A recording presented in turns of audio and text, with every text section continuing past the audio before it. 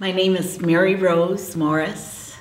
We're here in Cheyenne, Wyoming. I was born and raised on the Pine Ridge Reservation in South Dakota. I am Oglala Lakota Sioux. I used to come here as a young person when my grandmother, Rose Ekafee, or Princess Bluewater, brought the Lakota every summer for 40 years to perform at Cheyenne Frontier Days. So I would come with her and live in the teepees at the park, and we would perform, and I met many people and fell in love with Cheyenne. I went to work for the Wyoming Arts Council in 1993. The Arts Council is a program within the Cultural Resources Division of the State Parks and Cultural Resources Department. We provide technical support, promotional support, funding support. We give grants statewide to nonprofits, schools, and other governmental entities for projects that are art-based. My particular program is the Arts Access Program. I do outreach and work with underserved communities. The underserved community is defined as a community where the individuals lack access to the arts. Wyoming has only 99 communities or towns. Most of them are considered to be underserved. It's a great program. I get to work with small, isolated rural communities, with ethnic groups within larger communities, the reservation people, the Eastern Shoshone and the Northern Arapaho. I work with people with disabilities, people who are in organizations that serve people who are incarcerated, seniors. You know, I'm trying right now to develop more partnerships with senior agencies. And I also work with organizations that serve youth at risk. You know, arts are known for doing so many good things with children, with youth, and even with seniors. You know, you can do creative movement, help them exercise, help them tell their story, bring a writer in to work with them. And so many of the elders have stories that are going to be lost. We need to know those, and I feel that the younger people need to know those stories because that's what gives them something to build their own lives on. It gives them a understanding and knowledge of who they are, where they come from. And I think that's important for people. It allows them to have confidence in who they are and to know that they can do wonderful things. Southeast Wyoming Intertribal Powwow Association, and we're still looking for more members, and we're trying to do potlucks and just provide opportunities for people to come together to enjoy each other's company and maybe to, you know, talk about issues that we might be able to help them with.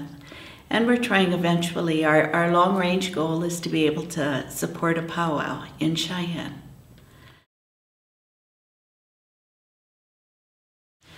My grandmother started coming to Cheyenne Frontier Days in 1925. And the last time she attended was in 1965. They awarded her a 40-year plaque for her dedication to Cheyenne Frontier Days.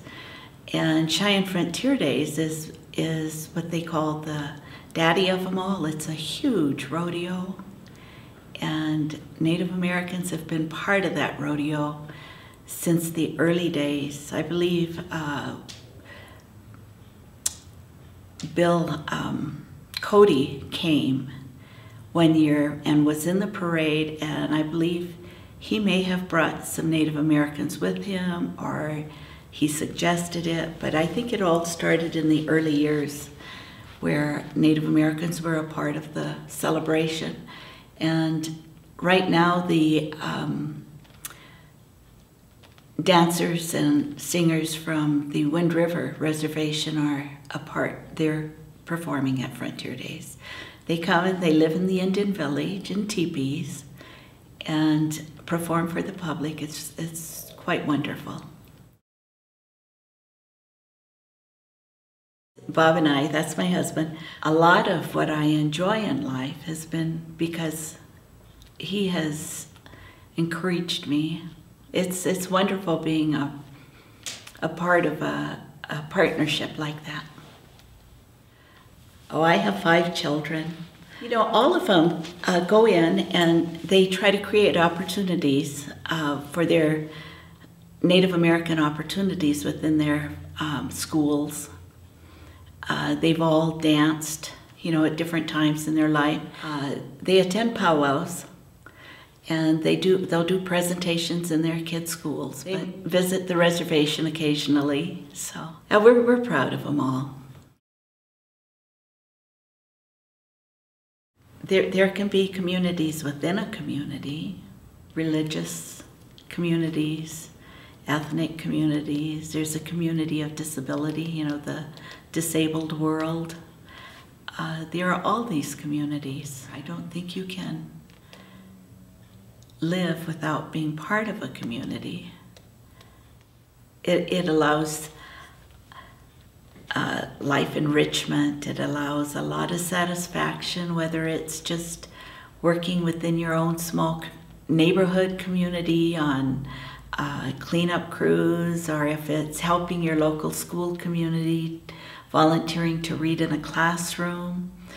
It might be your church community where you work on a committee to provide shelter for the homeless. If it's helping to cook for the homeless, there are so many ways. It's going up to the Veterans Hospital and volunteering, or maybe even purchasing subscriptions for the Veterans Center, the VA.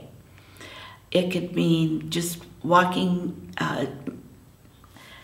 developing the habit of walking through a nursing home. There are many ways that you can enjoy community and participate in it and be very fulfilled by it.